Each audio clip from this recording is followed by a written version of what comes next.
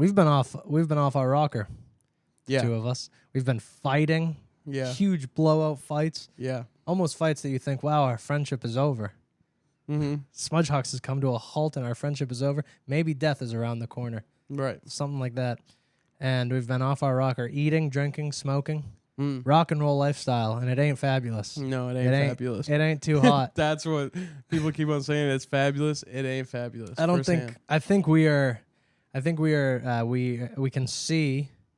We could see not in the far distance there. It's our success.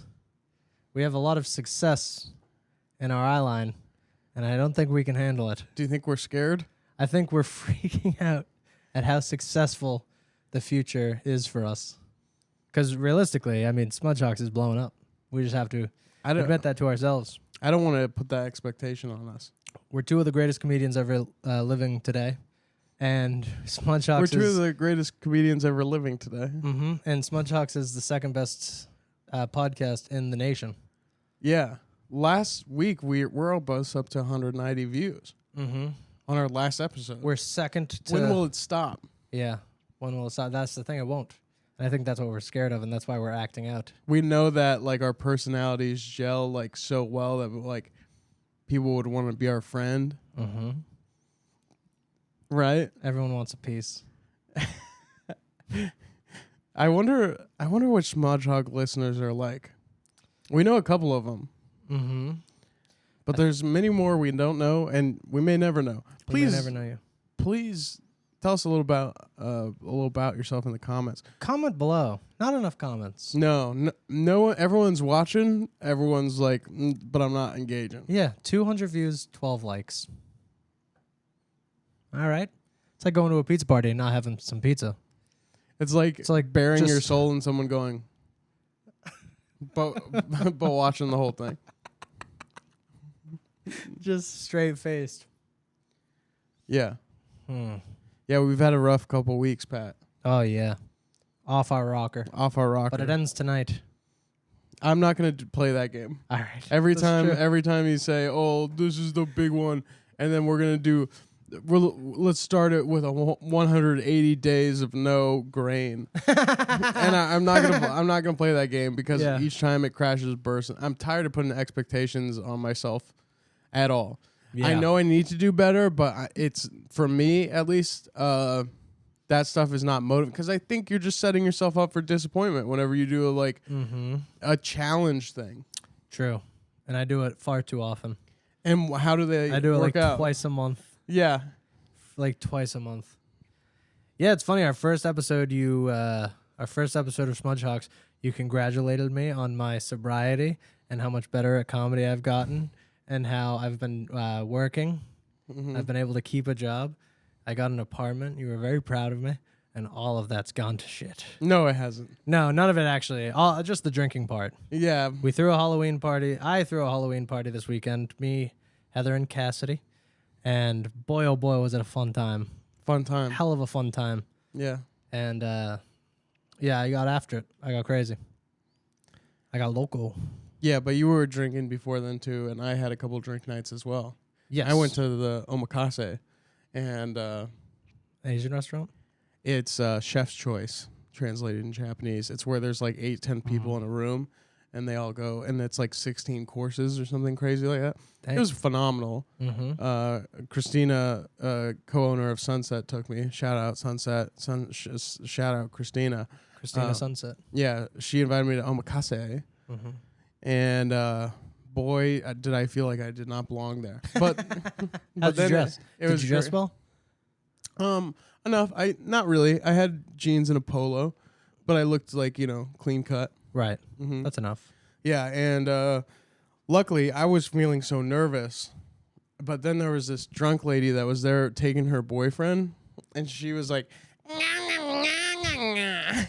and I loved her so much because she made me so much less nervous. I was like, I don't deserve omakase. Mm-hmm. I'm not an omakase guy. So when I get these like nice things or someone brings me somewhere nice, I almost feel like a weird pressure or like everyone knows that I don't belong there. Mm-hmm. And this drunk girl was just a nightmare.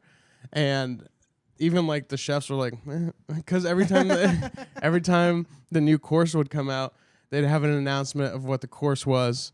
Oh, this is a eel sea bass with deconstructed elderflower, caviar, cryptic, whatever. And she'd go, wow. And I was like, yes, yes. Because then I got to be like, that's not how you act in here. That's not how you act at the Omakase. You got to be who you were afraid of. Yes, exactly. Yes. The second I could turn into someone who could judge instead of I immediately took it. And that's how the pecking order works. I did it subtly. I just went. That's kind of worse. Yeah.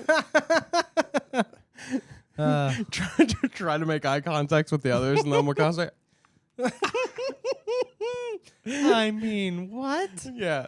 No, she was nice. She was just having a fun time. Had a couple drinks too many. But it was you or her. It was you or her. I was right next. If she had not been there, then everyone would be like, right. Or maybe that's in our head, Pat.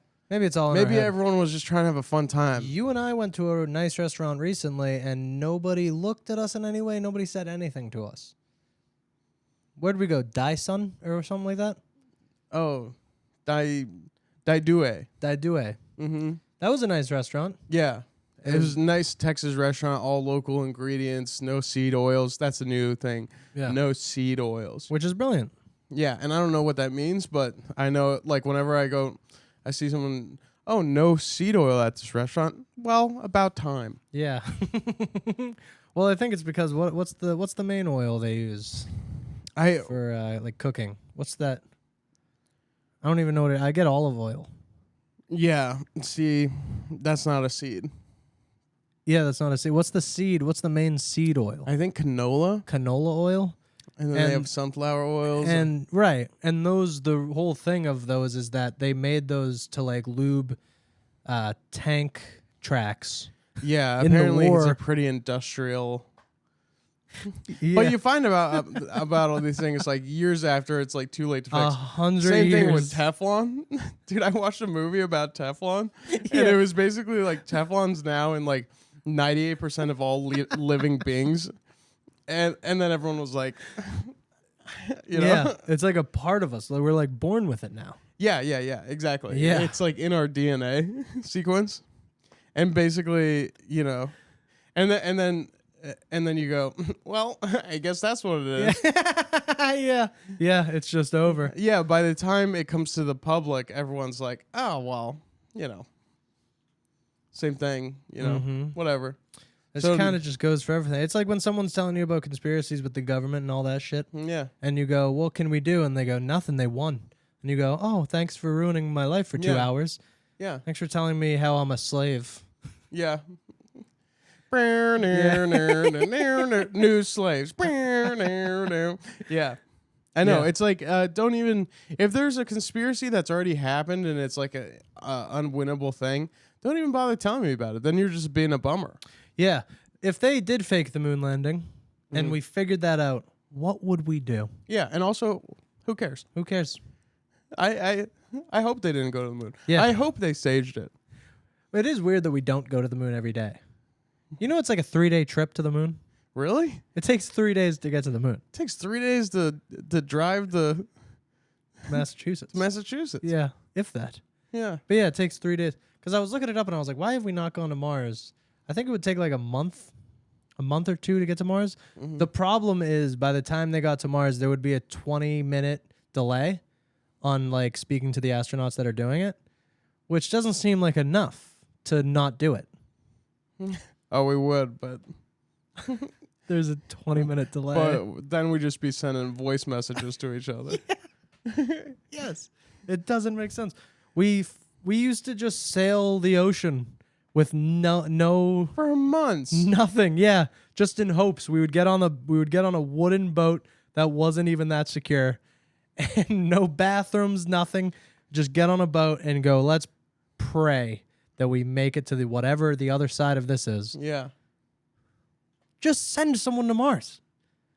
But, oh, it's a suicide mission. Don't 20,000 people die a second?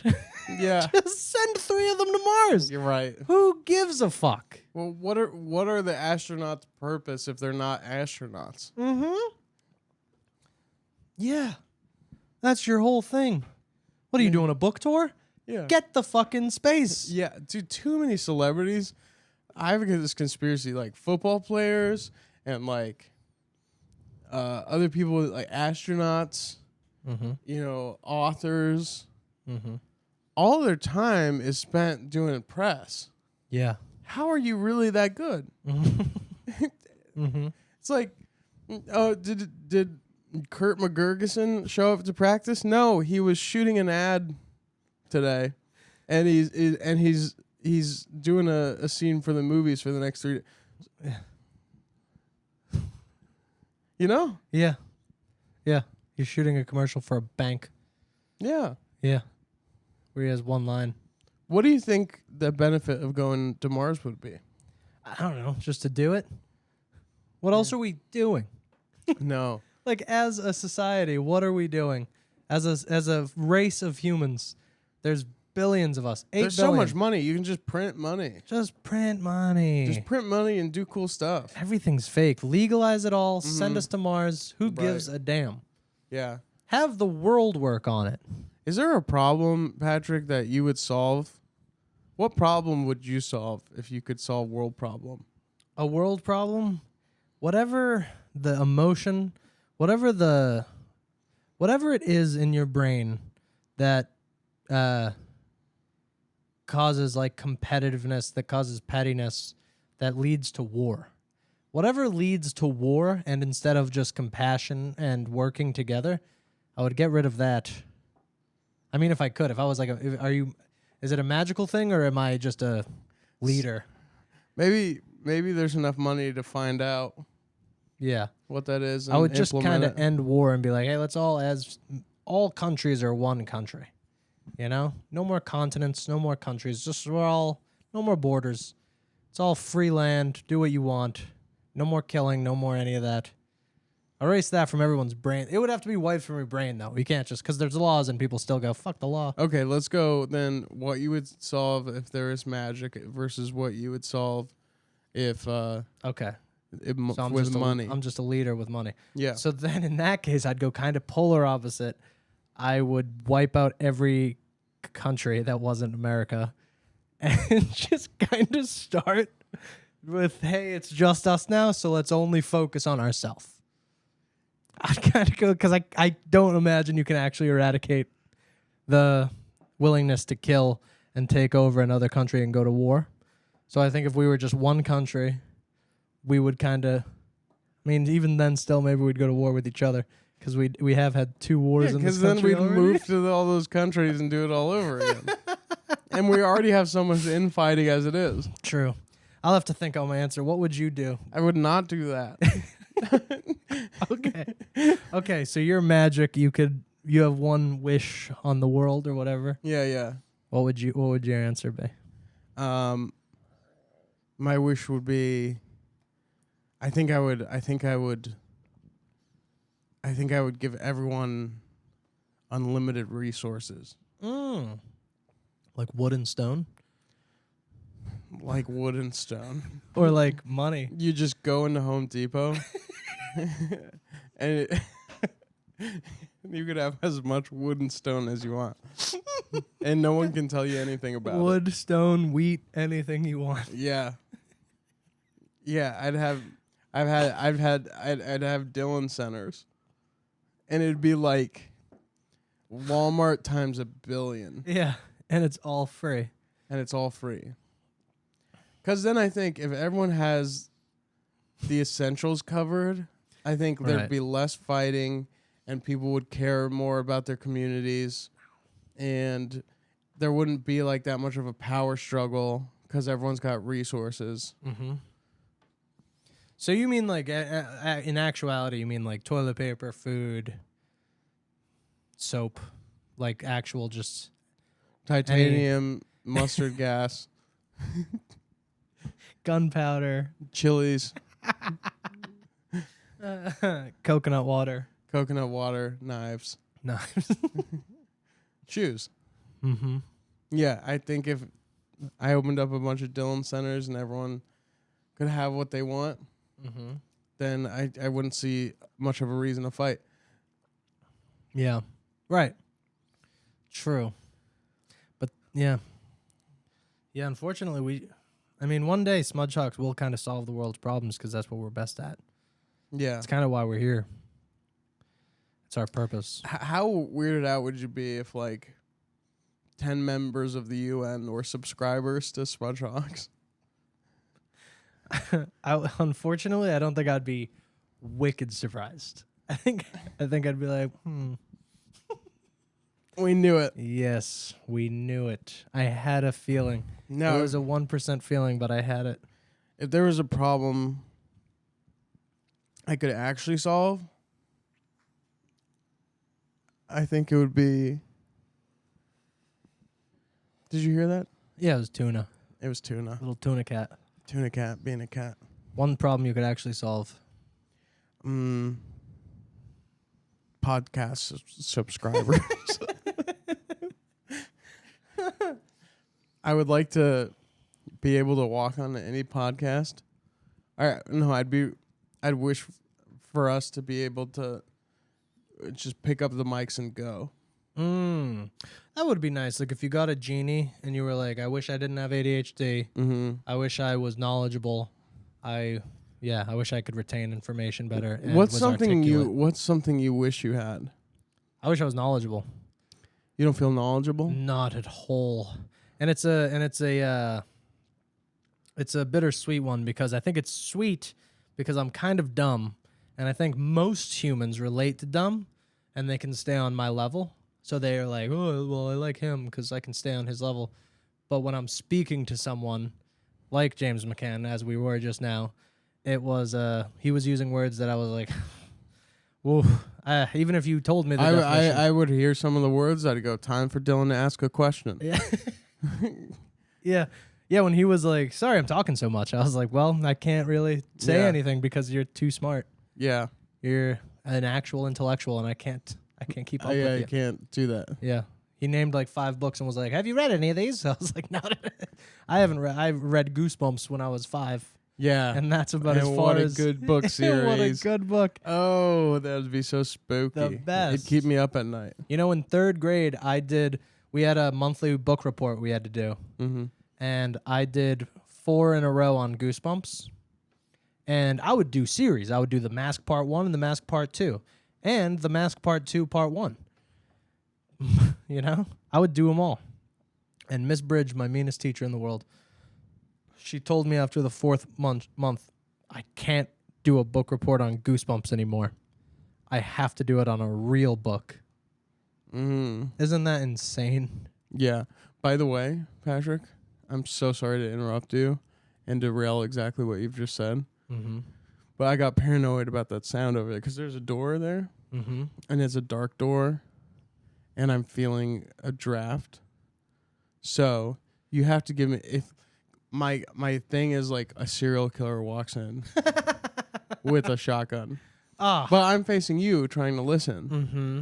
So if that happens, you have to give me some sort of signal. Yeah. If you go that, then I'm taking preventative actions. Okay. But you're gonna lunge forward and I'm gonna get shot. Well, you also launch forward. All right. And then we both go. Yeah. But you're not gonna remember that. What's something you could realistically say? The guy was shocking.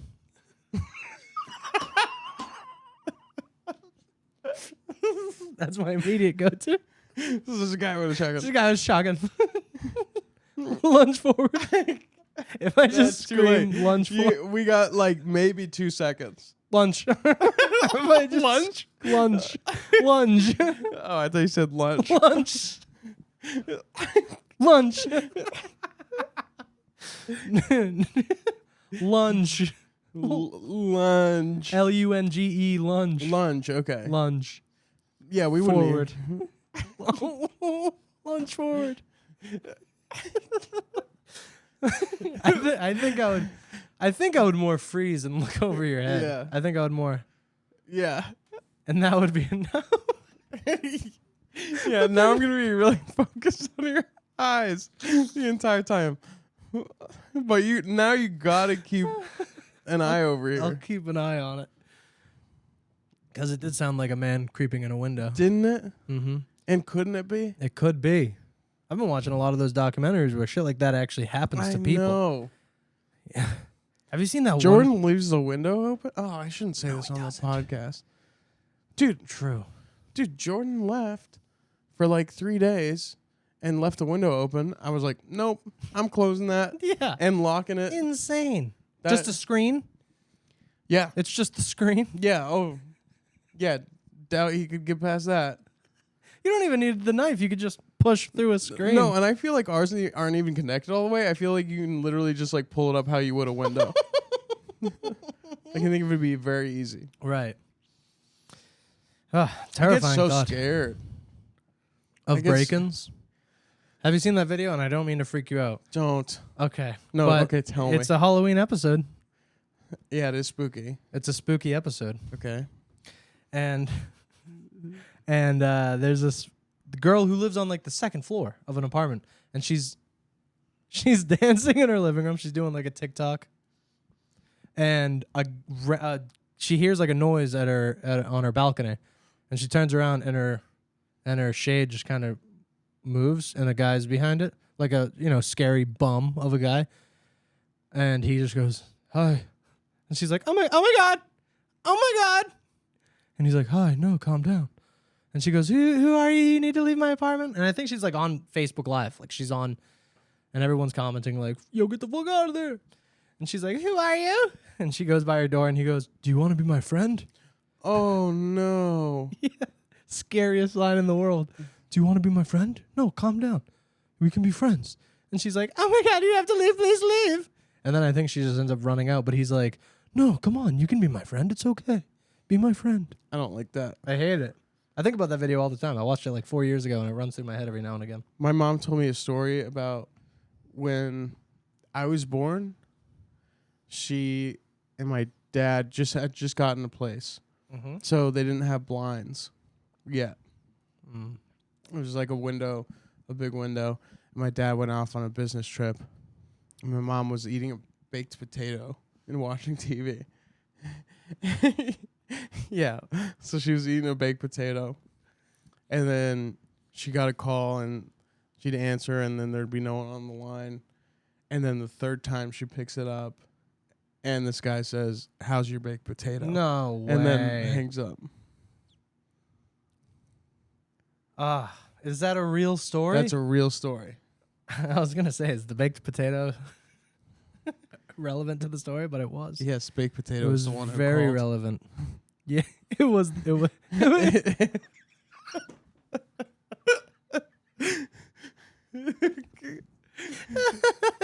It was another potato from the kitchen. Yeah. Just watching his brother die. How's your fucking baked potato, bitch? How's your baked potato? How's my brother taste? Yeah. Scary story. You ever have a scary story? Like that? No. I don't know. I mean, that one's- every time you look over here, I'm like, Yeah. oh. No, I don't think I've ever had something so scary like that. My brother Mark DePari, Mark with a C, just had a newborn baby. Good guy, listener of the pod. He has a story that we all believe to be a lie. Okay. Nobody in the family believes him. To this day, I don't think anyone believes him. But he has stayed true to it forever. But I think he was probably like 10, maybe 11, 12, something like that. And I was younger. I was like 6, 5. And we were like, I was young enough that we were like sleeping in the same room together. Like I was like, will you sleep in my room with me? And he was like, yeah. And we like played, and then we were laying down.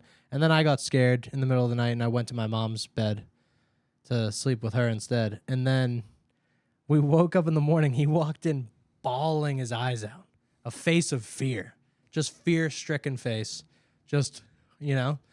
And we were like, "Whoa, what's happening?" And he was like, "A guy came into my room with a gun." So his story was that in the middle of the night, he heard rustling in the window, and then he heard the front door open, and the guy came down the stairs, opened the door. He had a ski mask on, and he threw a bag on my brother Mark, and he's 12 years old, and he held a gun to him and said, "Throw everything in the bag." And Mark was like, "What?" And he was like, "Throw everything in the bag." And he started like looking around the room and ripping things apart. And my brother Mark was just frozen in fear. And then I guess he just ran out at a point. And when you guys looked at the place, was everything thrown around? I don't remember. That'd be an important detail. I was too young to remember. And no one has a detail like that. My mom was the one who answered, and she's dead now, so the story died with her. Damn. But my brother Mike he's our oldest brother, Mike. He lived in that room before he moved to a different room, and then my brother Mark got that room. So what my brother Mark believes is that one of his friends was like, "I'm going to pull a prank on Mike." Ran in, was like, "Throw everything in the bag." And then saw I was a 12-year-old and was like, "Ooh," and ran out. Yeah. And yeah, to this day, he says it's a true story. It's so funny nobody's ever believed him. That's so funny. That means it's so real. Yeah, true. That's true. But we all just say like, it was a nightmare. That never happened. Will there be like pretty, like the door, there'll be stuff? We always left our door unlocked. Oh. Yeah, we were just nice whites in a nice white neighborhood. We always left the door unlocked. Every door, all 3 entrances to the house, always unlocked. Dude, I'm locked all the time. Yeah, I'm someone who, I used to just leave my car unlocked, and I would just be like, just have faith in the world. And then, in Massachusetts, my car never got broken into, ever. And then I moved down here, my car got broken into twice. Like immediately. And the first time they stole, I had 2 postcards to my family that I like drew on, and then I wrote on, and then I just put them in my center console. And I didn't ship them yet. I had them for like a week. And those were stolen. Wow. And I was like, why would he steal? Whoever broke into my car just stole 2 postcards that I just had nice letters written to my family. Like, "Hey, y'all, how you doing? Remember these?" I feel like Jimi Hendrix when he would write to his family. Because I'm an artist on the road. Like, just dumb. And he stole when those. you lived in Austin? Yes, this was 3 years ago. And then, and he stole a car jack. So that was the bigger one. I had a $200 car jack in the back of my car, a nice one. And because I had an SUV, so I needed a big one. And that was stolen. Dude, I remember your SUV. Yeah. That was crazy. My Kia Sorento, beautiful car. Yeah. I loved it. But yeah, that car lives in a tow place now. What happened there? I just sold it for $400 when my life was really bad.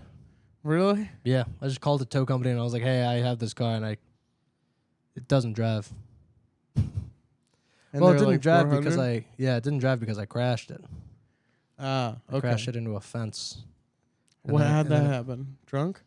No, I was the ABS module, which is what controls the brake system in the car.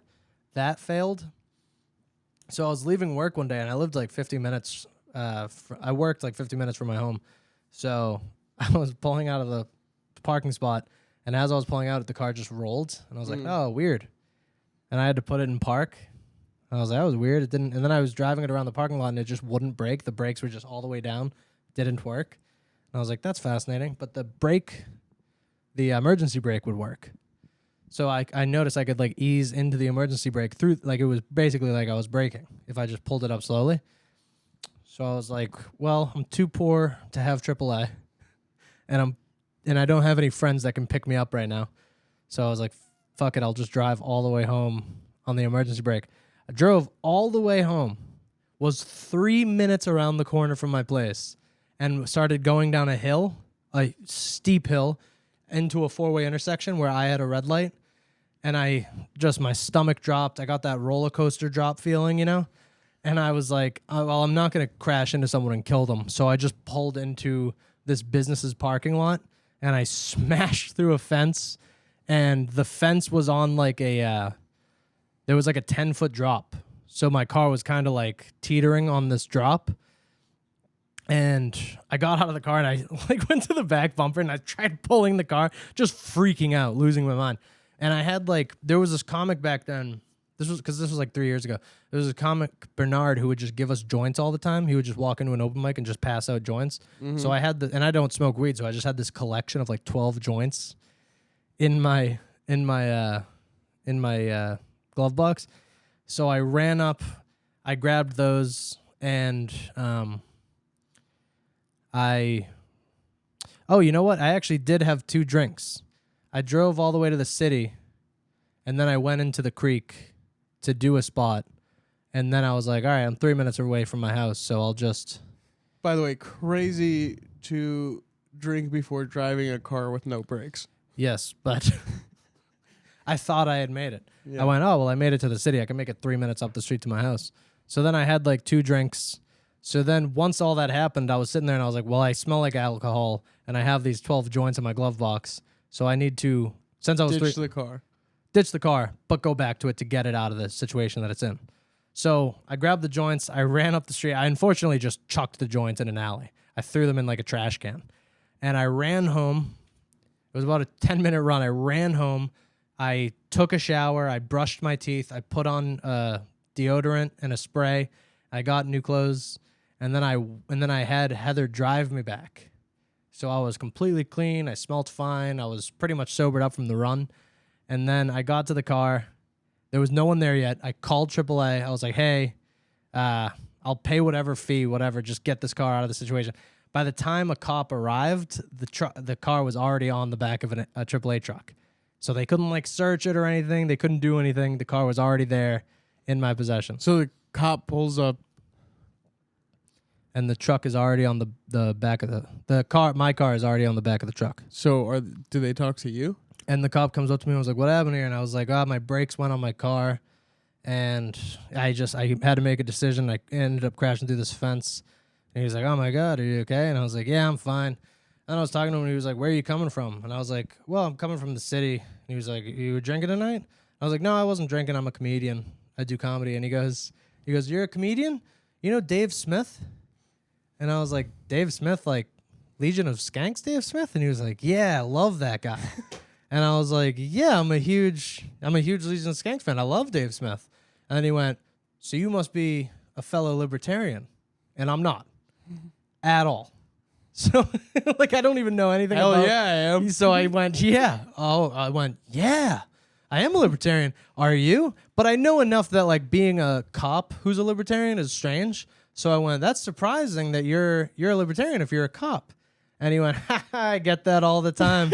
Yes! And that was enough to just sell it. So after that, I just let him ramble, and I was like, And he went, wow. and he goes, yeah, man, well, I mean, as long as you got this all figured out, this is between you and the lady whose fence you crashed into, so I guess we're all set here. And I was like, well, it was a pleasure meeting you. And he was like, I hope to see you at a club sometime. I was like, for sure. If you're ever around, just let me know. And I think he gave me his number, and I was like, I'll text you and let you get a free ticket if I'm ever doing a show. And Nice. I just completely got off.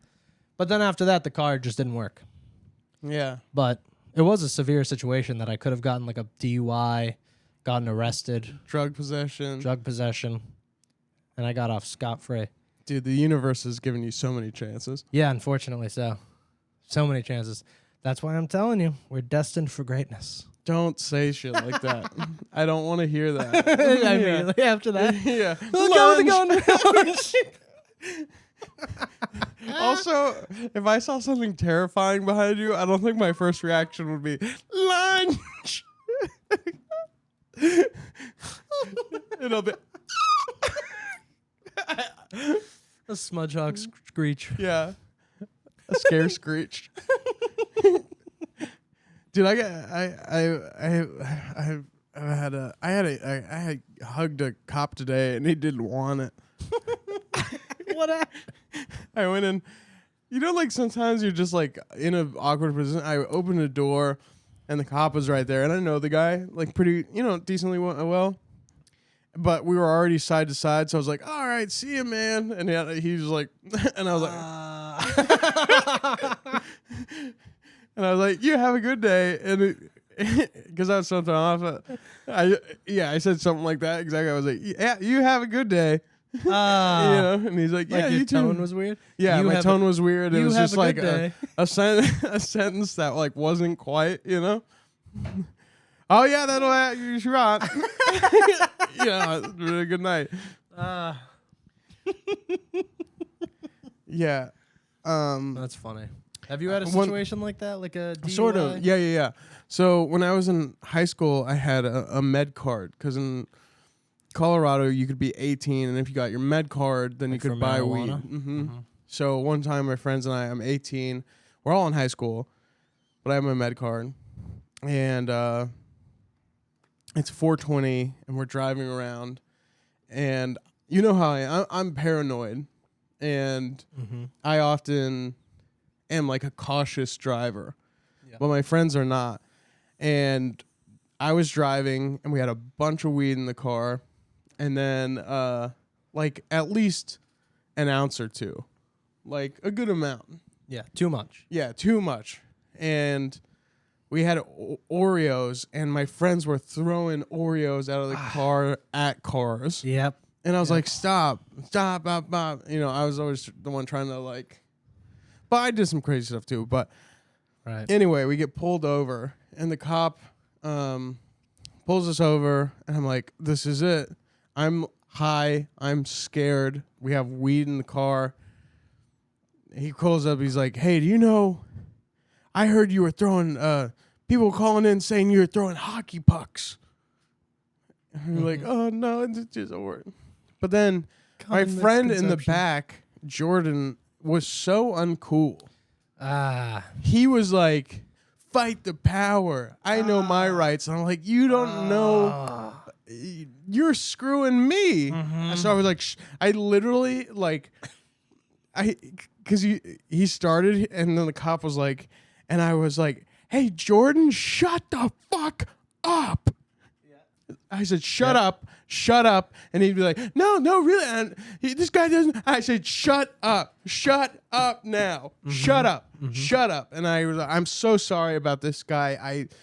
He's an idiot, and he's the worst person I know. And that kind of like me shitting on him was like, he kind of was like, yeah, he is. Yeah. He is the dumbest guy you know. Yeah, and then the cop was like, see this law? And he like made us read a law, and we got out. I was driving. I talked to this cop. Tuna, you have to be on alert. Your friend showed you the law? No, the cop did. Oh, okay. Because my friend was like, where's that say in the law? He was saying stuff like that. Ooh, like, and he pulled it up. yeah, and he's like, actually right here. Yeah. Yeah, vandalism. And for whatever reason, I think from me shitting on that guy, on my friend Jordan, I think he didn't, because I was really mean and cruel to him, because I was like, literally stop. You were equally letting out the air that he was putting in. Yeah. Deflating the balloon. I was trying to. Yeah. Because I was like, this cop likes when I'm shitting on this hippie. Yeah. Right. And then also, shut up. That's like, right. Why do you think he wouldn't want to, you know? And right. It's 4:20. Yeah. It's 4:20 and we're 18 and I'm like literally super high and I'm going, yes, sir. Of course, sir. Hockey pucks. Yes. You're in trouble. You're in trouble. I'm like, you're playing it the wrong way. Yeah. But we got out of it. And I think I've never been more scared and relieved in my life. Right. Was he just let you go? Get out. Yeah. He let us go with a warning. Nice. Yeah. That's good. Yeah. Did he like get to the bottom of like, you guys were honest? You were like, we were throwing Oreos. Yes. Yeah. That's crazy. He let you go. Yeah. To not, well, I guess they're just Oreos. But I feel like you could do some damage to a car with an Oreo. Well, the thing was, he thought it was hockey pucks. Right. People were calling in and saying that we were throwing hockey pucks, which would be much crazier. Mm-hmm. So that made it less, and you shitting on your friend made it less. Interesting. Yeah. One time, friends like that. Also, yeah, I was like, that is. Why would you ever say that, Jordan? Yeah. You like put like that would have really messed me up. I could legally have drugs, but it'd be like I was selling drugs Right. to minors. Yeah. Right. Yeah. And vandalizing and being high and driving. Right. I would have not had the same life. Yeah. Even if it all got scrubbed, it would be months to a year of just trials and just And and parents not trusting. It was a thing I needed to not get caught for. Yeah.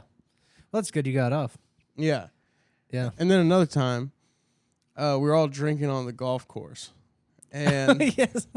yeah. Yes. Yeah. We're all drinking on the golf course. And this cop just out of nowhere drives on. And he's got like a truck and he drives on the golf course. Onto the course. Yeah, and he's chasing us all. And everyone scatters and everyone starts running in all different directions and like sprinting towards different parts of the neighborhood. And like some go the golf course way. I'm like, oh, I'm so fat and slow. So my brain's like, okay, the only way you can get out of this is to hide. So there were these really scraggly bushes. They weren't even bushes. They were just like, just like, it was just tall grass. It was just like stick weeds. It was just like thorn sticks. And so I literally I was like, I can't outrun anyone. Everyone's fast. All my friends are faster than me. You know that old saying, like, if you don't have to be faster than the bear, you just have to be faster than the slowest guy. Uh-huh. I was the slowest guy, and there was a bear like right behind me. So I hit. I was like, the only way. And part of me was defeated. Yeah. So I just kind of went behind these scraggly bushes, and it was just like dirt, and I just laid face down on the dirt, like literally face down. And I think my brain couldn't handle getting caught, so I just shut my eyes. And then I would see like a spotlight come to like near where I was. and it was just like literal thorns in me everywhere. And you were just plopped. I was just planking the ground. Like literally just like arms to my side. Plank. I was just trying to be still. Close my eyes.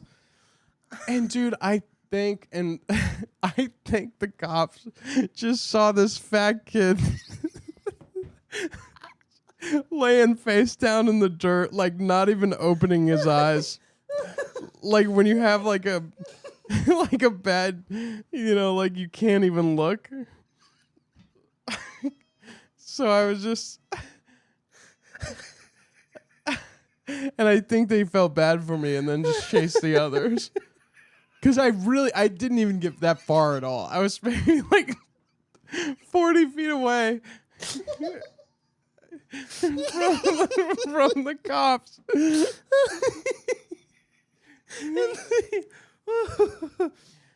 So then the thought of and then the others, they were like, oh yeah, we were like really far away from you. You were there the whole time? Well, everyone started running in different directions. I was like, guys. and then I just saw scraggle bush. It's so Because there's no way, because it wasn't even like a leafy, it was like just dead stick and thorn. So there's like no way it wasn't extremely visible. I wasn't extremely visible. It's so funny for them to be like, oh. Yeah. Oh, that's sad. Like we have to chase people. Like that's just mean. Yeah, I was just like the fat kid. And I think part of it was like this kid is like really dedicated. Like his face is my face was smushed into the ground. Like I was in more of a submissive position than they would have had if they arrested me. Yeah. I was like, and also all these thorns just like in me from everywhere. Mm-hmm. Just the scraggliest bush. I was bleeding. It was bad. Yeah. But you made it out. But I made it out. Any of your friends get caught? No, we all got away. Okay. Yeah. Nice. Yeah, and then I ran the long way back to my house, and I was cutting through neighborhoods. And that's so fun, though. So that fun. moment is so fun. Yeah. The adrenaline of like, I used to run from cops all the time. Yeah. Because that's what we did in white neighborhoods. Well, the cops ain't got nothing to do either. Right. Yeah, exactly. Yeah. In my little small white town that I grew up in, the cops fucking loved chasing us. And then they would catch us and just bring us home. Yeah. It would be for the fun of it. Yeah. Because at the end of the day, we weren't black. And that's just the reality of the situation. So it was more of a game to them. Yeah, it was more of just a time to catch some white kids, bring them home. Do you think the cops... I think it was more for our safety. They cared about us. They were like, you can't be out here. You got to get home to your parents. Yeah. We got to protect you white kids from doing dumb things. You can't be out here vandalizing. You could run into a black guy. Yeah. I used to break into just... I was such a lone wolf, weird kid, too. I would just go out. I would wait until everyone in my house was asleep, and then I would just walk slowly. Every step. For some reason at night, every step you take is just... Yeah. And you hear your heart. Yeah. Or like your breath. Mm-hmm. I used to be a big food sneaker as a kid. Wow. Just in the middle of the night, I would sneak out and like eat chips. Yeah, and nothing louder than that bag. Nothing louder than that fucking bag. And then even every crunch is... Yeah. But I would sneak out and I would just walk around. Yeah, my you town. ever like pretend like you're ever sneaking chips or like food, and like you're like trying to hold your breath but also eat the chips in a slow way. So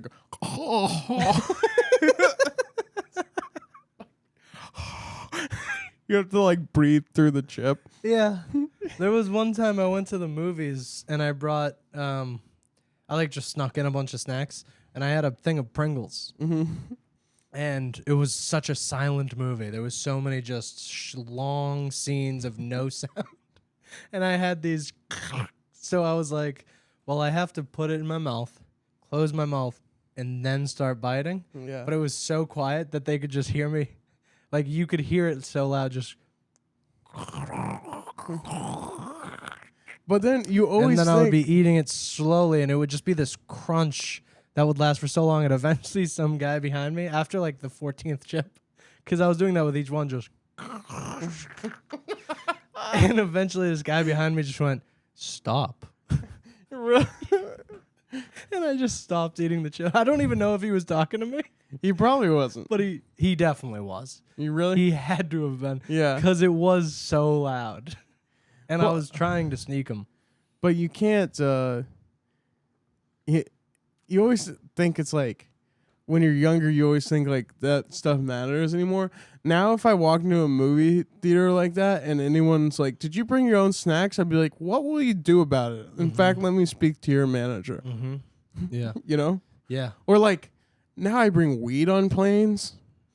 Crazy. Yeah. I flew last I time. remember the first time I brought weed on a plane. I was like, "This is it." Yeah. And then now it's like, "Oh yeah, just Yeah. literally chuck it in your bag." Last time I flew, I had 6 hits of acid on me and a joint. Nothing. Just in my wallet. A full joint and 6 tabs of acid.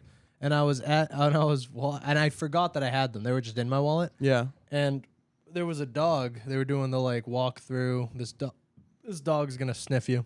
And I was like, hey. And then as soon as I got home, I was like, holy shit, I have a joint and acid in my wallet. Mm-hmm. That dog could have easily, but then I was like, oh yeah, that dog's for bombs. Yeah. They don't care about some kid with acid and a fucking joint. Yeah. They got bigger fish to fry. Yeah.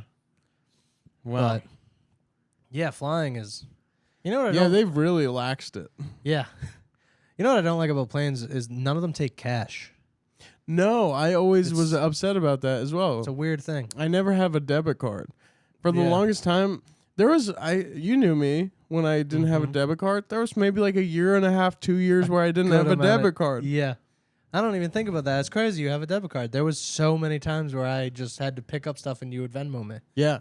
And it was all the time. And it was such a easy fix. Yeah. Yeah, I remember the day I did it, I was like, that took maybe 7 minutes. But I went like 2 years without a debit card. Mm-hmm. I have to get my address on my license changed. Same. And that one I'm dreading. Because it's such an easy change. But for some reason in Texas, they make you jump through hoops and solve an SAT in order to put your new address on your fucking license. There's so many things I want to say that because I'm being illegal, but I'm not going to say them. But like, there's such simple things. Such simple things. But it's like, bro, if you want people to do anything, make a better system than the DMV. It shouldn't be like I have to wait 4 to 5 months for a window to get into to get something I don't want to do. Yeah. To get my license, it took me 3 different tries, and I looked up the RMV or DMV, whatever it is, in Texas, and every review and comment was like, if you show up early, like 2 hours, 3 hours early, the line will form and they accept 25 walk-ins a day. So I was like, all right, I'll show up. It opens at 8. I guess I'll show up at like 6. And I showed up and there was a line of 10 people already there. And I waited, and then I walked in. I got one of the 25 walk-ins. And I did all my paperwork and everything, and the lady was like, do you have 2 forms of proof of residency? And I was like, no, I have my lease. I was like, that should be enough. It's a legal document. It's a lease. She was like, yeah, but you need a piece of mail with it. And I was like, there's no way I need a piece of mail. I just moved into this place. I have the lease. Yeah. It's a lease. Why would I have this? Signed by the landlord, signed by me. It's printed. It's got a stamp on it, a town hall stamp. And she was like, and I was like, and I just had to leave after like 5 hours of waiting and waiting and waiting and then doing the whole process. And then at the very end, she was like, all right, now I need to see your fucking AT&T bill, as if it matters. So then I went back again. And this time, the second time I went back at 6 again, and there was already like 30 people there because I think I went on like a Saturday. 30 people in line, and I was like, I'm not even doing this. So then the third time I went, because when you try to make, also the reason I'm doing this, the reason I'm going early is when you make a appointment online, it gives it to you 7 months from now. It goes, oh, your appointment is September of 2026. And you're like, well, I won't even be alive then. So what's the point? What are we doing? What are we doing? That's insane. And a lot of the time, too, that's just not even, it's like grayed out because they're like, we don't even have appointments available for the rest of the year. I've had DMV employees where I'm just like, you want this to go poorly. Yeah. They're the most evil people. I know. They're Satan's helpers. Yeah. But the third time I went back, I went at 3 a.m. It opens at 8. I went at 3 a.m. No way. I brought headphones. I fully charged my phone, and I just sat on a bench. I was the second one there. I showed up at 3 a.m. There was already someone there. And then I sat on the bench, and I ended up hitting it off with the guy. And then 2 more people showed up, and we all just hit it off. We were all like, yeah, let's make the best of this situation. We were all friends by the end of it. They was all nice guys. And we all got in, and I finally got through all of it, and I had my second piece of mail, and it took way too long. And then they were like, all right, we'll send you the new ID to your address in like a week. And I was like, that's it for a new ID. Yeah. To go from Massachusetts to Texas. Couldn't I scan this in? Yeah. Yeah. Couldn't this have all been done online? Yeah. It's insane. The DMV is the one place that AI should be taking over. Yeah. That's the main place that you should be able to walk in. There should be 100 machines. Yeah, why does my face get scanned at the air? Like, the airport knows my biometrics. Then I shouldn't have to go to the DMV. Yeah. Yeah. Then I should. You should log on to DMV.com, and it should be like, I moved to Austin, Texas, and you go blink, and then boop, and it's on its way. You know how, you said you didn't have a debit card forever. Remember the year and a half that I didn't have an ID? Because I just couldn't get it. So then we would like go to clubs and I'd be like, hey, I can't. We'd all be like, yeah, let's go to Barbarella's or whatever. Yeah. And we'd get to the door and I'd go, they won't let me in. Yeah. And it would just ruin a night. Yeah. Because I didn't have I just had an expired ID. And it was for a year I also and a half. had an expired ID for a long time. Yeah. You also got rejected at Barbarella's one time. Yeah. Yeah. And because you just can't get it done. Yeah. And I should have just renewed it in Massachusetts and said, fuck it, I'm not a Texas resident. Because it would have been so simple. I used to go to the Massachusetts DMV all the time and just in and out. I mean, it's not in and out, but it's a day. Yeah. You walk in, you get your card, and they go, all right, well, hopefully you'll get it by 3. So then you're there all day, but at least it's easier than having to wait from 3 a.m. Man, it's just miserable. However the DMV situation works. Oh, you know what's funny is I went a couple months back. I went to change my address when I first got this new apartment. I showed up, and I only showed up like 2 hours early because it was like a Monday. Yeah. So I was like, I'll wait like 2 hours. I don't care. And I brought food and everything. I was like prepared this time. And when I walked up, I was like, hey, I'm here for like the, because at 8 o'clock they opened the doors. And I was like, hey, I'm here for the walk up. And she was like, we don't do that anymore. Too many people were taking advantage of that. You all have taking advantage. Yeah. Yeah. I would if I had a spear on me, I would spear her. Yeah, as if it's like your one lucky. bad apple ruined. I'll kill you. Yeah, as if it's a privilege. Yeah. That we would have to do that. Hey. And she was like, and then she literally 240 people. She said, you all have to log on right now, enter your ID number, and pick an appointment for today. There's only 25 available. All of you do it now. And we were like, are you fucking kidding me?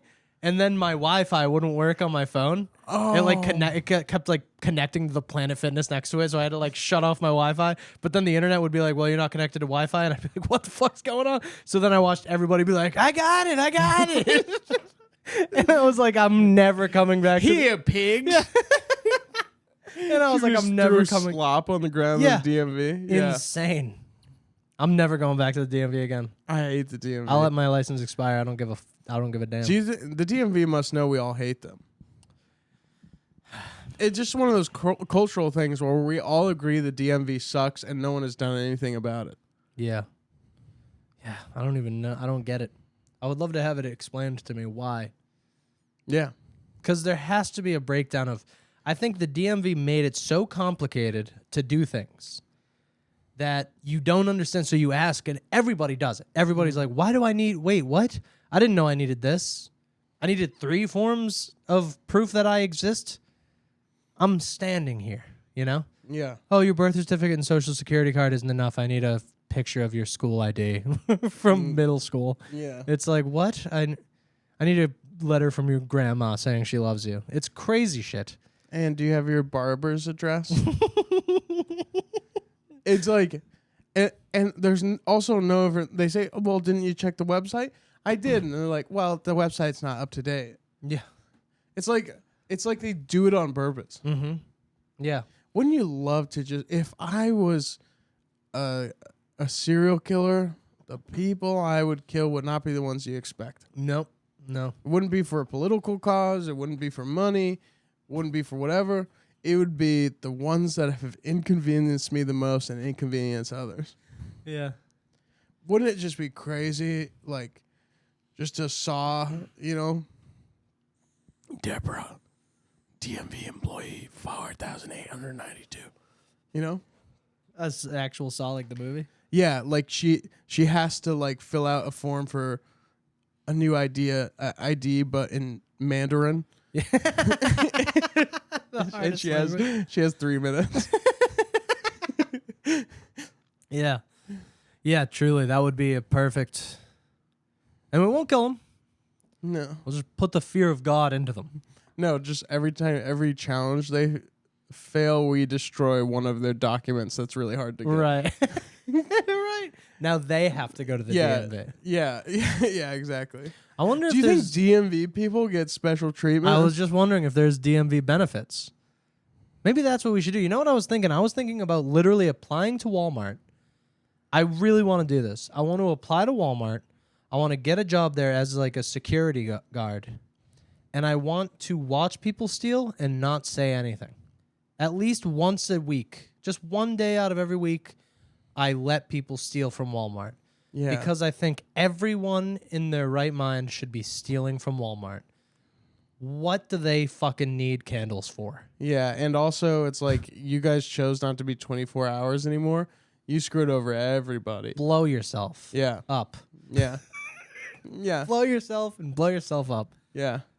Fuck Walmart. That would be great. We should just start getting jobs throughout the city and then just doing, like, hooking people up until we get fired and then moving on to the next one. My job, my old job, I was a barista. I don't work there anymore. You're supposed to charge people for oat milk. It's a $1.25 upcharge. I've worked there at my old job 9 months. I have never, nor will I ever, charge someone for oat milk. If somebody goes, can I get a matcha latte with oat milk and lavender? That is a $1.50 upcharge for the oat milk and lavender. But they will pay for a matcha because I refuse to upcharge anybody for it's just oat milk. Yeah. It's milk. Yeah. What are we And upcharging? you never use the oat milk all the way. No. No. And then It's you just got to insane. throw it away. And then 25 to charge you a quarter for a spurt of lavender? No way. Yeah. And then I go to other coffee shops and I go, yeah, can I just get like a medium cold brew with a little bit of oat milk and a shot of sugar-free vanilla? And they go, yeah, that's $8.49. And it's like, how did we get there? Yeah. And they go, well, the coffee's $6, and then the oat milk's $2, and the shot of lavender's. And it's like, what? I really don't trust people who don't, especially if the customer is cool. I really don't trust people who don't hook up other people. I hate people that take minimum wage jobs seriously because I've worked mostly minimum wage jobs my entire life doing this. You know, so whenever I see someone that like doesn't do stuff like that or like takes a job seriously, I'm like, what a cuck loser. What a cuck loser. What a cuck loser you are. Insane. You're gonna bring morality to Kmart. Yeah. You're gonna bring morality to Applebee's. Yeah. Dude, yesterday I was leaving Goodwill. No, on Friday I was leaving Goodwill. I bought like 5 Halloween decorations, and then I saw there was another aisle that I didn't go down, and I went, hey, is it okay if I just leave these here? I'm going to go down this aisle. And the lady was like, yeah, sure. And I walked over, and I grabbed one thing. It was like a small thing for $1. And I was like, oh, this is cool. I'll buy this. And when I got back to the register, another lady was working the other register next to the lady I originally bought from. So she was like, well, I'll take you over here. And I was like, all right, cool. And then I paid for it, and as I was walking out, I picked up my stuff, and I said to the lady, like, oh, I found a new thing. It was pretty. That's, yeah, happy I went back. And I was like, well, thank you for letting me keep the stuff here. Have a nice day. And I went to walk away, and she went, wait, sir? And I was like, oh, yeah? And she was like, you didn't pay for that.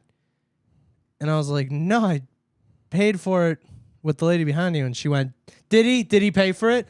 And she was like, yeah, he paid. And she went, I'm sorry, sir. Have a nice day. And I was like, did you really get that militant for a Goodwill dollar thing? Are you insane? Why do you think these companies don't give a fuck about you? Not at all. Yeah. I'm pretty sure Goodwill's like the worst place to work for too. I think they specifically, every corporation too, every job has like a 401k and a interest rate like we add to your 401k after 2 years of working here. We start matching it and even more. For every 50% you put in, we match it with 80%.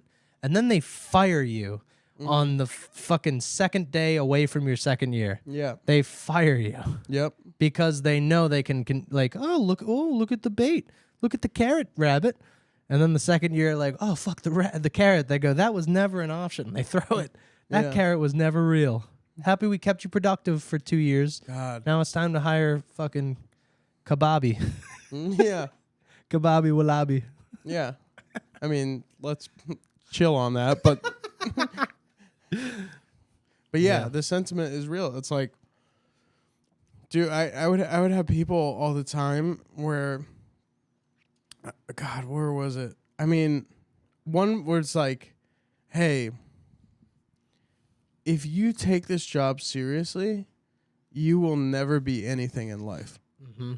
Because you're the type of person, because everyone goes, well, that's what you're supposed to do. I'm like, dude, you are exactly what they want. Mm-hmm. You are exactly what they want, and that's exactly why you will never get anywhere. Mm-hmm.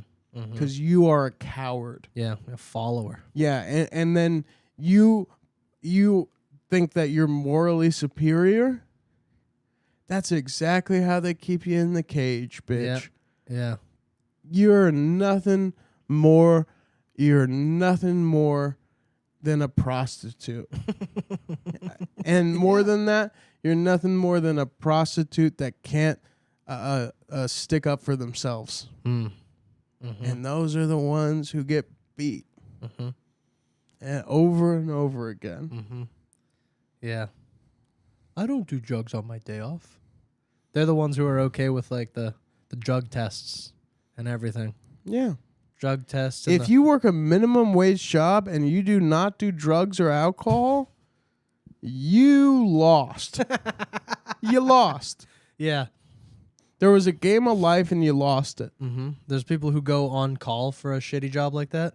Like, yeah, I'm on call. I got to go in right now. You're on It's call like, for what? Walgreens? Yeah. Yeah. There's I've hung out with people who work a nothing job. A nothing and job. they get a call and they go, I got to go into work. Yeah. Hey, well, Jeffrey didn't show up, so I have to go into work. It's Right. like, what? We're at a family barbecue right now. What are you talking You about? make $10 an hour. Yeah, if that. Yeah. In Say no. Yeah, say no. Cowardice. Cowards. Man. Brand loyal people. Okay, so out of your jobs, all the jobs you have, if you had to kill one person, who would it be and why? Out of everywhere you worked. I worked at this restaurant in Austin when I first moved here, TFK. Mm-hmm. I won't say the full name, that's just the abbreviation. TFK. The acronym, I guess. And there was this guy, Paul, who worked there. He was a scumbag. Where was this? You can say it. You're not working there again. Well, I don't want to. Oh, okay. I don't want to threaten the man's life. Okay. But I guess I already said it. True Food Kitchen. Bleep it out if it was originally on there. But yeah, I worked at this place called. I'm probably not gonna bleep it out. And there was this guy Paul, and he was a fucking major scumbag. And I was Why? a dishwasher. Well, here's the thing. I was a dishwasher. Yeah. So, respect the dishwasher. That is a kitchen code, an unwritten kitchen code, and every head chef will stand up for the dishwasher. And this guy, Paul, was the floor manager. So he was the boss of the waitresses, or the servers and everything. Mm-hmm. And he would come into the kitchen and he would ask me to do stuff. Because I was so good at my job. It was a very busy restaurant. And typically they had two people working, and I was like, hey, fire the other guy. I told him not fire the other guy, but I was like, hey, have that guy work 2 days a week. I'll do all the work by myself. And they were like, really? You can handle that? And I was like, yeah, I could do it. And then by like the lunch rush, at the end of the lunch rush, the kitchen would be clean, the ground would be clean, every dish would be put away, and the sink would be clean, and I'd be sitting there pouring sweat like, whew, look at me, every day. And they'd come in and go, damn, look at you. Holy shit. Typically it takes two people to do this job. Dishwashing is easy. I did it since I was like 14, so I was just good at it. And this guy Paul came in one day and he was like, hey, why aren't you working? And I was like, well, I finished, I'm good at the job. And he's like, so figure out something to do. And I was like, figure out something to do? No. I'm done. I'll pick it back up in 20 minutes when it picks up again. I'm taking a break for right now. And he would be like, well, there's like pots and pans that look a little black. And he would just start taking stuff off the shelves and be like, put some like, Clorox stuff on this and wipe that black stuff off the pots. You never know when we're going to get a health inspector or whatever. And I'd be like, that's going to take me like an hour. So now when the second rush comes, I'm going to be sitting here with a bleach-covered pot, and I'm not going to be able to get to the rush, and then I'm going to have to stay an hour extra, or I'm going to fuck over the night shift guy. And he would do stuff like that all the time, so I would just be like, no, I'm not doing that. And then I would go to my boss, Adam, and be like, hey, tell Paul to fuck his own ass. I'm not doing shit that guy says. And so he would kind of because your head chef is always going to defend the dishwasher. So he would tell that guy like, hey, cut my fucking dishwasher some slack. He's good at his job. He helps us all. He keeps everything stocked. We never run out of dishes up here. He's really good at his job. Leave him the fuck alone. So then that made him more mad because he just had a problem with authority. You could tell. He loved authority, and he was under, I think he was the, what's it called? There's like a co-manager. So there was like a head floor manager, and then he was like the understudy or whatever to that. Assistant floor manager. That's what he was. And he wanted to be head manager. Mm-hmm. And he was a scumbag, just a scumbag. You could tell. He just what was he wanted like? the What power. age? What did he look like? Probably like 37, 38, jacked guy. He drove he drove a Corvette. Yeah. He had a big house. He probably You shouldn't have inherited. a Corvette at that with that job. He probably inherited all of his money. That says a lot. He's waiting for his dad to die to inherit all of it. Yeah. And and he would yell at the girls too. So I would defend him. And like he would catch the girls vaping. Everyone vaped. Everyone would go to the back and they'd be like, I'm so stressed. And they would vape. And one time he made like a rule, like a mandatory rule, no vaping in the kitchen. And he put up a sign that was like, there will be no vaping in the kitchen from now on. And I took the sign down and I wrote on it, I'm Paul. I'm a huge fucking asshole. Do as I say. And I put it back up. And there's a camera that was there was a camera that was watching me, and I just flipped off the camera. And then he saw the sign and he called everybody into the kitchen, was like, who did this? Which one of you did this? And he made all of them do their handwriting so that he could match it.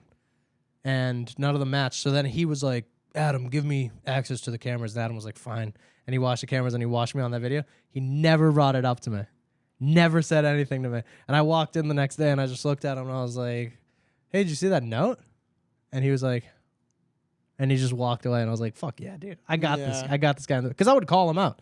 Yeah. I would walk up and I would be an asshole to him because he was such a piece of shit. And I would walk up at the end of the day and be like, looks like I'm out of here. God. Long day of, I'd be like, hey, Paul, long day of yelling at teenage girls today? And he'd be like, and he would just walk away. For some reason, he never stepped to me. Yeah. Other than when he would tell me he would just add bowls and dishes to to the sink. Sure. But yeah, he was a real scumbag. And so for that guy, I would totally. He tried to stop you from listening to music, if I remember correctly. Yes. I was on my break and I put on my earphones. I put in my headphones. And I walked to the front to get water. I was filling up like a cup of water. And he came up to me and he was like, and he goes, hey, lose the earbuds. And I was like, what? And he went, lose the earbuds. It looks unprofessional. It's dangerous. It's a safety hazard. And I was like, no. I just walked away. I was like, no fucking way. Are you crazy? I'm on my break. Yeah. I'm not running back and forth with earbuds in. And, because that was also when I was doing prep. So I was like shucking stuff, cutting stuff, standing at one table. I had one station. So I would keep one earbud in. And he would come up to me and go, hey, it's a safety hazard. You got to take that earbud out. And I go, it's not a safety hazard. I have one in. I'm standing in this one location. Nobody's walking around me. There's nothing I'm doing. I can hear somebody say behind, And I just fought him on it. And he went to Adam. And Adam would tell me all the time. He'd be like, this guy complains about you all day. And I was like, tell him to complain to my face. And he would never do it for some reason. I don't know what it was, but he would never complain to my face. But he was just the biggest piece of shit in the world. And then I quit that job, and I ran into, there's a girl who used to work there who works a bar on 6th Street right next to Mothership. And I was like, hey, whatever happened to that, whatever happened there? And whatever happened to Paul? And she was like, oh, Paul got in trouble for like misconduct or something. And he completely fled. He completely bailed. Yeah, I was so happy to hear it. But yeah, biggest scumbag in the fucking world. I would totally get him on his knees, tie his hands behind his back. If he had any sort of family, which I fucking doubt. Oh, that's what happened. I told him to his face that I went, it was one of my last days. I knew I was quitting. So I was punching out, and he said something snarky to me. Because he knew I was quitting. So he said, he was like, I'll get one in before he goes. And I went, how old are you, like 40? You're not married, right? And he was like, what? And I was like, you're not married, right? At 40? You're a good-looking guy. You have money. You have a Corvette. And yet you're not married. That's how miserable you are. Like, I said something like that to him. I was like, that shows how miserable your soul is. That you have all this stuff. You look great. You're a muscular guy. You're tall. And you just have no one to love. So you take it out on everyone else. And I feel bad for all these people who have to deal with you. And he was... No way. Yeah. And Adam, my boss Adam, was like, yeah, get him. Yeah. Get him. Because my boss Adam was the man. He was so fucking cool. And yeah, he said, and I think he said something snarky like, at least I'll have a job in a week or something like that. And I was like, oh, all right. Yeah. Yeah. Is that what you got? Is that what you got? Yeah. Is that what you want? Yeah. Yeah. I'm walking out of here. Assistant floor manager. Yeah. Yeah, an assistant floor manager. Yeah, nothing even crazy. Yeah. He could have hit me with like, how's the comedy career coming? I would have been like, oof. Yeah. Yeah, you got me. But he didn't. He hit me with, at least I'll have a job in a week. And I was like, yeah, you Dumbo. Yeah, I bet you will have a job in a week. Yeah. Back to the cage, to the brand. Yeah. Yeah. Wow, what a boss. So I would totally burn his house down. Yeah. That guy was a bad person. Nice. And then he got fired for misconduct, which is, of course he did. Yeah, of course he did. Yeah. So yeah. What about you? I had this boss at an internship. So keep in mind when I tell you all of this, I was not getting paid. Yeah. I was getting paid $0.00. It's an internship. Yeah. It was an internship. Right. This guy, okay, so here was the dynamic. He was the boss of me, right? Mm-hmm. But he was the youngest boss on the team. So he was the youngest guy at, I was at a film, I was doing a film internship, and this company was a production company. Right. And they also did some other stuff. But I was an intern, and he was young, so he had a lot to prove. Right. And the CEO, CFO, and the head of marketing, everyone there fell in love with me. I worked hard, even though it was a really intense job. It was like, you ever seen Devil Wears Prada? Mm-hmm. I was in that environment. Hell yeah. But for film. Yeah. I was like doing stuff. It was a very high pressure. I would go home and cry. Really? Yeah. Because it was. And this is part of the reason I went to comedy, because this internship was so miserable. Yeah. It was just weigh on you. Yeah. What were the hours like? I would get there at 7 in the morning, and then 7 or 8 in the morning, and then I'd leave at 7 p.m. Really? Mm-hmm. How many days a week? Like 3 days a week. Oof. And then the other 2 days a week, I was at another internship. Wow. And the hours were a little shorter there. Right. Because they had a better work But environment. still, those 3 days that's like 36 hours. That's like a full-time job. It's a full-time job. Yeah. And I got paid nothing. Insane. So this guy who was like just the biggest douchebag ever on earth, he sees that everyone's starting to like me.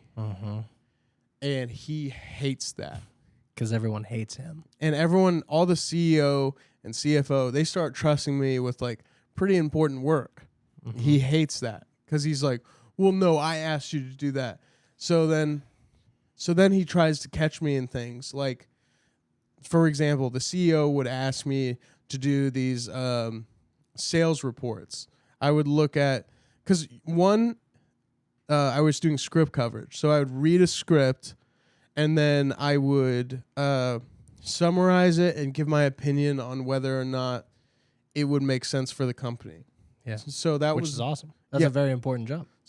Yeah, so they trust me. It's called doing coverage. But the CEO would pass down. He's like, I like this guy, this writer. Let me know what you think of it. So I would, of course, take priority of the CEO of the company. And then meanwhile, my immediate boss, who was this shithead, who would say things like, yeah, I actually knew Kirsten Dunst in high school, and we like went to Malibu. We went to Nobu. Kirsten Dunst and I went to Nobu once. It was like, and he was just the biggest fucking douchebag on the planet. Yeah. just like, you'd walk in and you'd be like, yeah. You'd walk in on Monday and he's like, yeah, I just went to a party with Taylor Lautner. I was like, just a guy constantly overcompensating. Yeah. Insane. Just rich kid energy. Yeah. Douchebag, no personality. fucking dork. And also probably him and Kirsten Dunst went on like a school field trip. Right. And then he was at a party Taylor Lautner No, just so happened to be at. Kirsten Dunst and I are actually good friends. Yeah. And Kirsten Dunst, I know you don't watch SMUDGEHAWKS, but if you're actually friends with this guy, it makes me kind of like you less. I'm sorry I have to say that, Kirsten. Yeah. And I'm sure you're great. So I'm sure you're not great friends with this guy, but there's a guy who works at a company, and I think you know who it would be because it's a production company that also does. That's what I'll say. But this has been years. Yeah. Kirsten.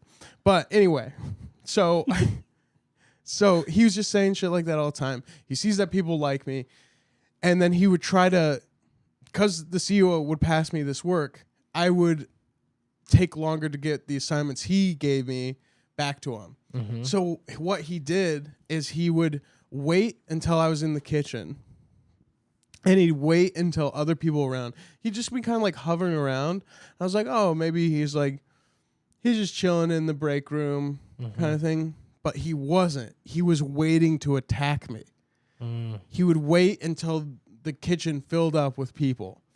And then he would go, he'd out of nowhere just, he was waiting. He was waiting for an audience. Oh, that's worse. I thought you were going to say when he was waiting for everyone to leave. Nope. No, he was waiting for an audience. Insane. And then he would go, Dylan, you said you were going to turn this assignment into me yesterday. Why are you a liar? I caught you. You lied. You are a liar. Why are you a liar? Yeah. Why are you a liar? Why are you a liar? Keep in mind, I'm paid nothing, and I work under more stress than most people should have in their lives. You're working your ass off. I'm working my nothing. ass off for nothing. Why are you a liar? Yeah. Yeah. All right. Dude, I was like, dude, at the end of my internship, I was like, hey guys, just wanted to say, like, I loved working for you, the CEO and the CFO. And they're like, oh man, you're leaving?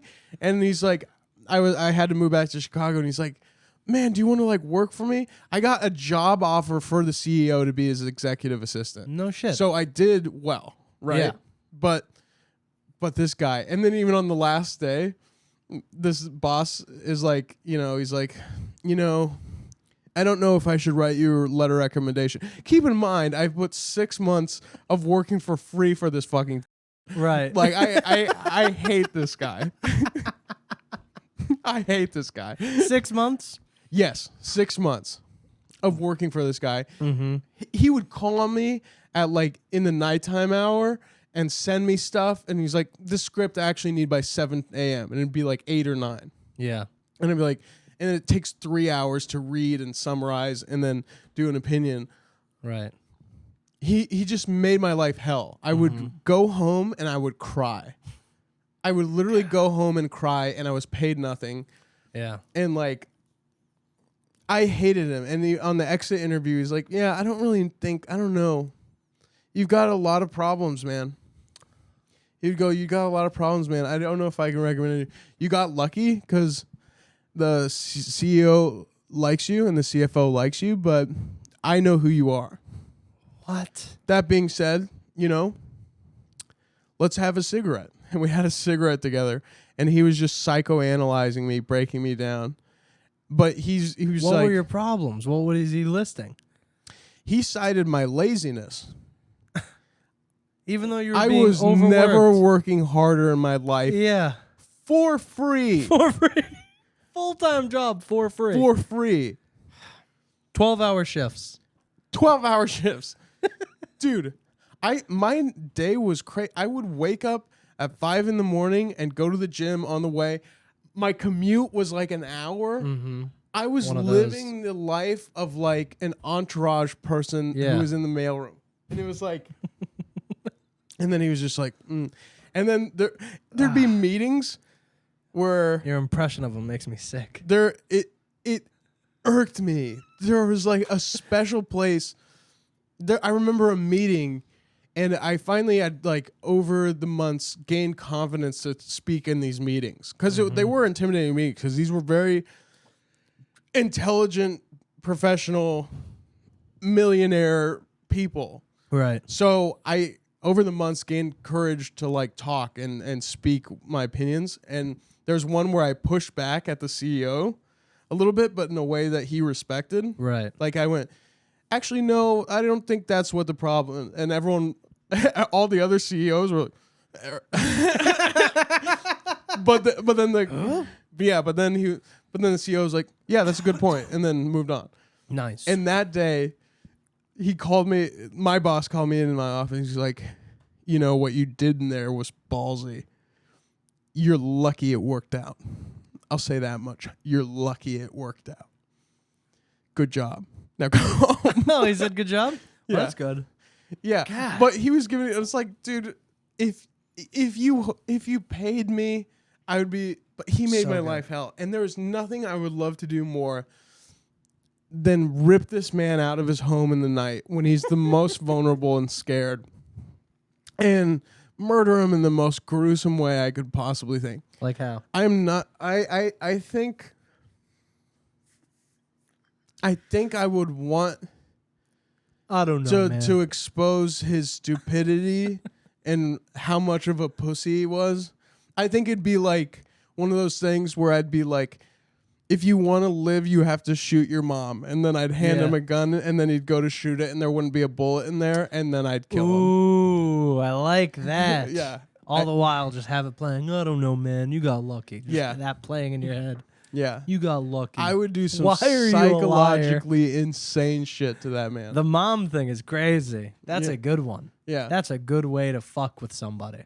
I think I got to cut that out of the podcast, No. but Leave it in. Who gives a damn? yeah, man. Kirsten, Wow. be cool about this if Yeah. you're listening. She might be. She might be number 201. Yeah. Or 201. Well, listener.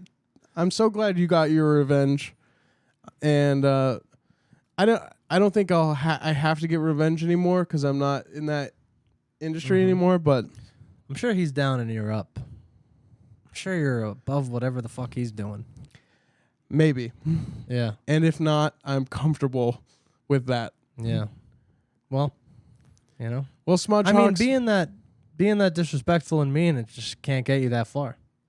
no, or maybe it does, but Or maybe it either does. way, not in that position anymore. And that's the win. Mm-hmm. The win is not being that guy, Right. because power or no power, if you're that guy, then that's the win, is not being that guy. Yeah. Me being a dishwasher at that job, you being an intern at that job, those are probably the lowest. Just fucking God. We were working hard for what we believed, chasing a dream, and all these years later, we made it. We're Smudge Hawks And now we get nearly 200 views an episode. That's more than I could have ever asked for. We did it, brother. I'm dead serious. I love it. I love it. All right, Smudge Hawks. See you next time. Signing off.